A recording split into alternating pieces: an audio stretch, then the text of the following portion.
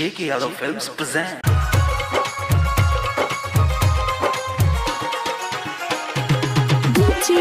Siva, Darsam.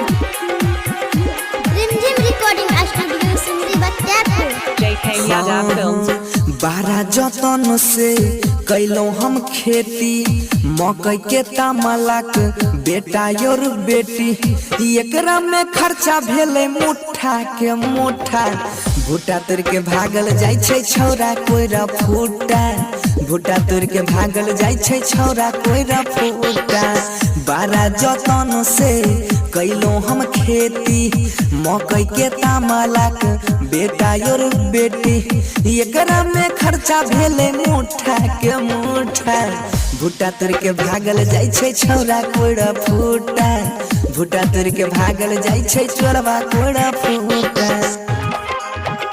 J.K. Yadav Films. Music by DJ Siva, Darsam. Rimjhim recording studio Simri Bakhtiyarpur. ए हो कचना नो फारा से खेत के जोतलिया 5 बोरा तोर से DAP गिरलिया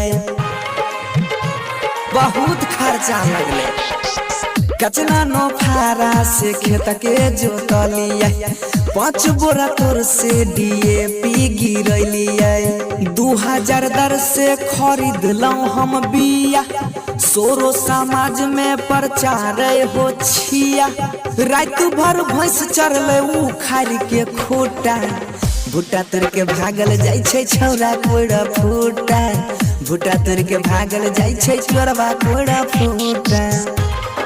J.K. Yadav Films.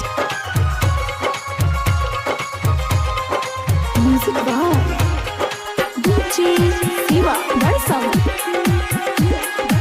रिमझिम रिकॉर्डिंग स्टूडियो सिमरी बख्तियारपुर। हे हो आधा से बेसी खेत में हो गेलै भोरा तैयो नहीं माने लोग तोड़ ले छै ओरा केकरा कहिए हाँ हाँ आधा से बेसी खेत में हो गेलै भोरा तैयो नहीं बुझे लोग तोड़ ले छै ओरा पशुपति जोगे बैठ के मचान पर कने की करिए अकेला हम जान पर जहिया पकड़बै ससार देबै घूठा भुट्टा तोड़ के भागल जाय छै छौरा कोइरा फूटा भुट्टा तोड़ के भागल जाय छै चोरवा कोइरा फूटा बारह जतन से कैलो हम खेती मकई के तमलक बेटा और बेटी एकरा में खर्चा भेले मुठा के मुठा भुट्टा तोड़ के भागल जाय छै छौरा कोइरा फूटा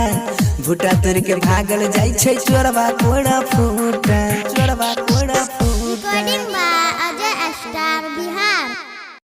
J.K. Yadav Films.